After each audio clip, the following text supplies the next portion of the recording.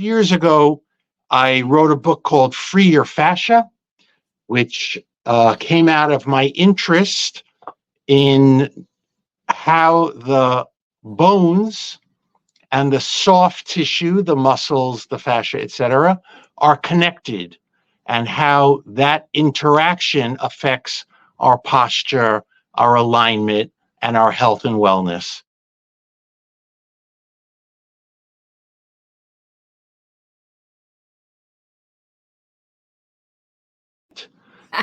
Ben Franklin was alive in the 1700s. Mm-hmm. He's the man that created the line, "An ounce of prevention is worth a pound of cure." Mm-hmm. And being proactive is much wiser and easier in certain ways than being reactive. It is always easier to create a positive state than to wait until you get to the negative and to try and turn that around and turn it into a positive. Right. One of the things that I think about is how constructive energy is very hard, but destructive energy is way more powerful. And one of the ways that I think about that is, being a New Yorker, the World Trade Center took 10 years to build the World Trade Center. Painstakingly, brick by brick, proactively creating it. But the negative energy brought it down in one day. Yeah. Crazy, one morning. Mm-hmm. So it's always easier to create something proactively with positive energy. But you have to be very focused to create it, because negative energy can take it down quickly.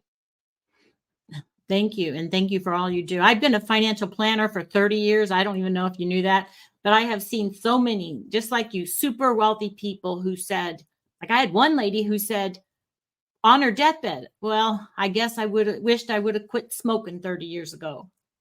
It's too late though, but now she's saying, I wished I would have quit. That's right. Can't go back. So let's listen to what Dr. Fenster has to say, and so many other holistic doctors, and let's get busy. As you mentioned, smoking, smoking is horrible for your fascia. Okay, let's talk about that a little bit more. I don't even understand why people smoke anymore. There's so much evidence out there that it's not good for your health and wellness. Mm-hmm. I know that there are people that love it. You go to Europe and you still see a lot of people smoking, but it's dries out your fascia, pollutes everything about your body. I have patients that come to me with all sorts of issues, and they don't tell me that they're smokers, but I can smell it on them. It's, as much as they try and hide it, they can't.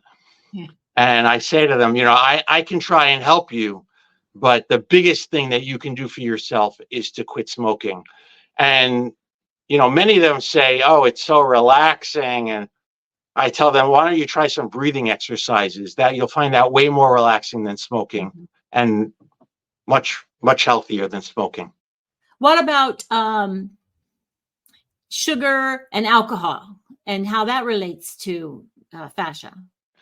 Sugar is extremely, what's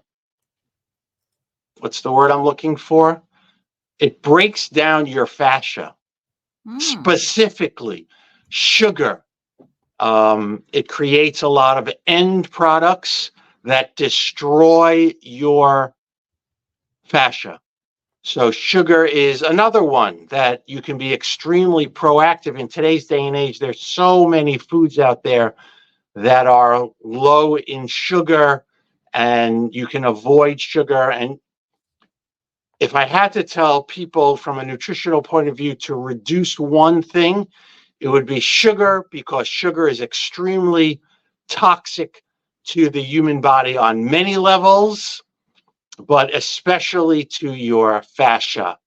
One of the things that I treat in this office is neuropathy, that we treat in this office. I have a whole staff here, is neuropathy. And neuropathy is very often a byproduct of diabetes.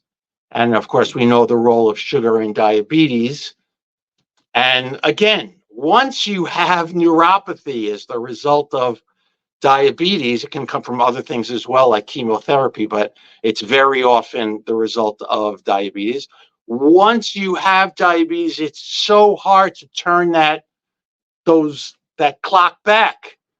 It's doable. We treat neuropathy quite successfully, but once you have it, it's very hard. It's so much easier to be proactive, as you mentioned, Trish, and never put yourself into that situation.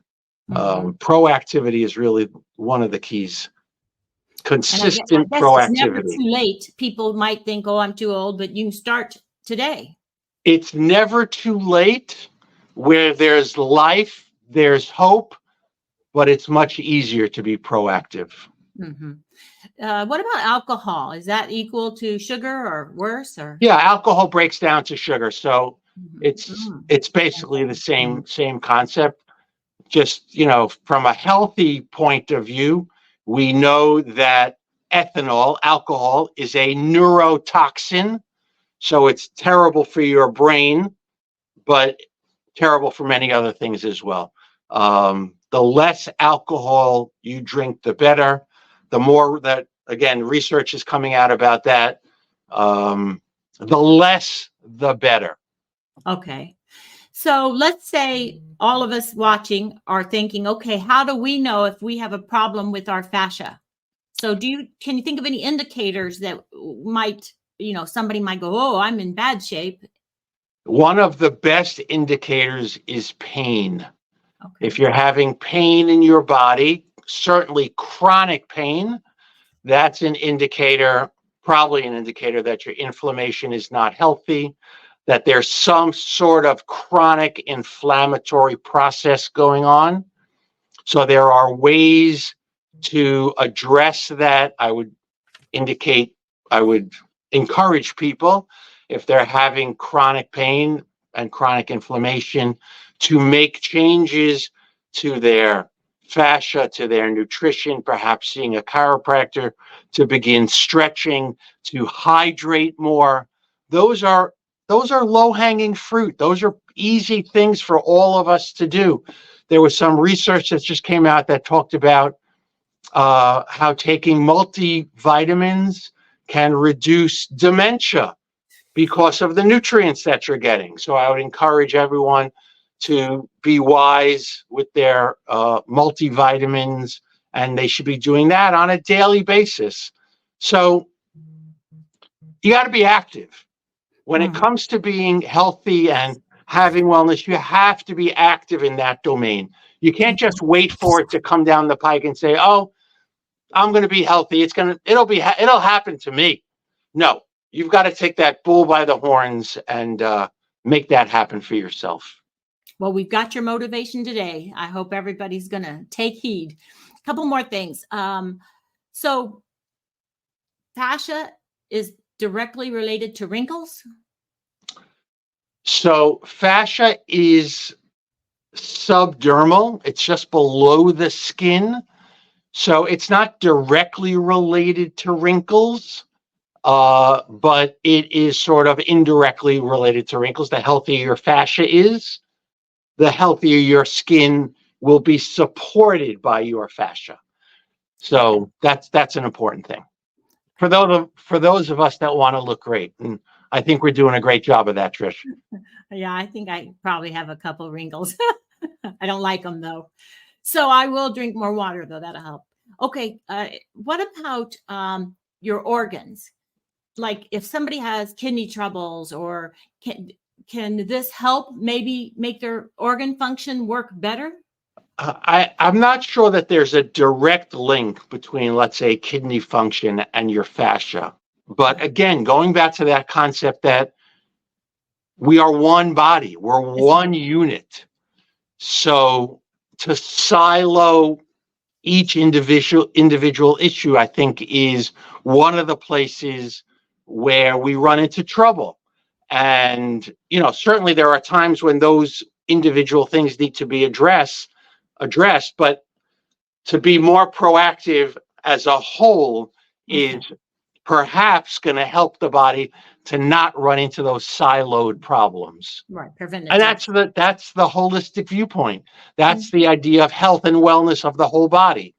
That if we take care of ourselves as a unit, then we will live a healthier, longer life, and certainly a healthier, longer lifespan. And that's now coming to light with research and how we're studying populations. We're seeing what people are doing that are making themselves healthier for the long haul. Okay, great. One last question, and then I want to hear about your staff, and then we're running out of time because I know you have patients in the lobby. Cancer. Everybody's always concerned about cancer. Purposely, I understand. Sure, So of course. Does this have anything to do with cancer, and can that help at all? As I mentioned earlier in my book, Fascia, on page 69 and 70, there is, I quote some research from Helene Langevin, a great researcher.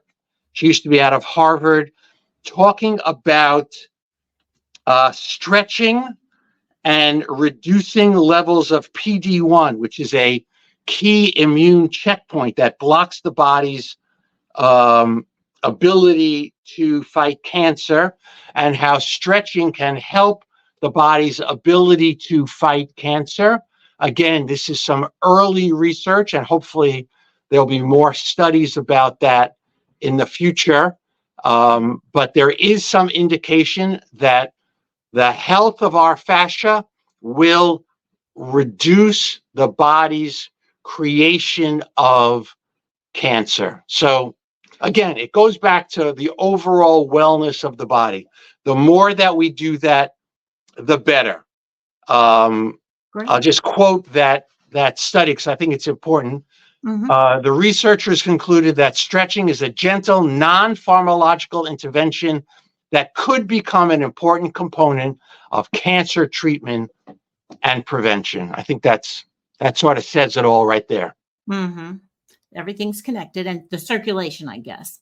So unless you can think of something else to talk about, I'd like to add, can you think of something you'd like to talk about fascia and longevity? No, I think we covered the important topics. Right. So now that I've got you here, I want to hear about your staff. So how many people do you have up there? I think you're on Madison Avenue. Yeah, I'm on Madison Avenue in Manhattan.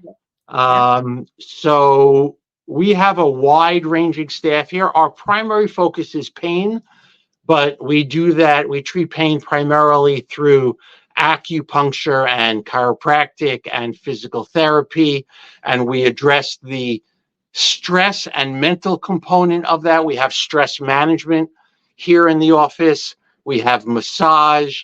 I have a pain medicine doctor here in the office. So we're doing a nutritionist. So how many doctors do you have there and personnel? I think we're 13 providers, 13 different providers, and a staff of about 10. Wow, that's pretty good.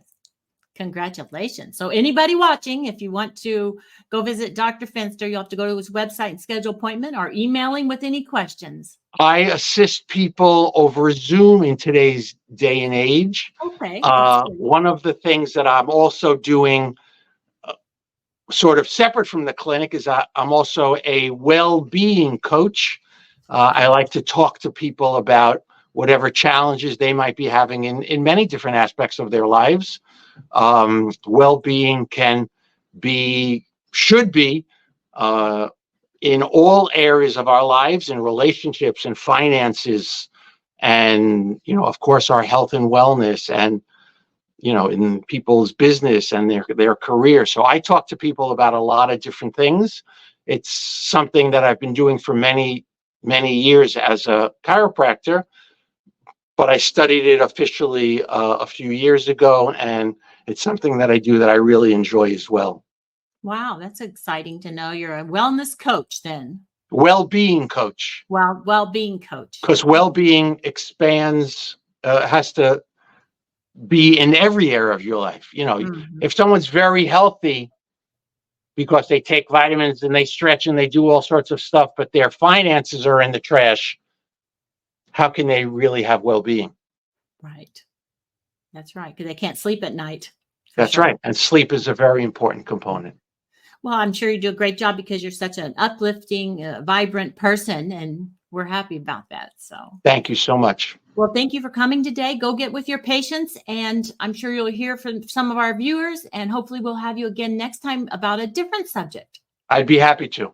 Okay. Thank you so much, Dr. Fenster, and have a great day. Thanks, Trish. Bye-bye.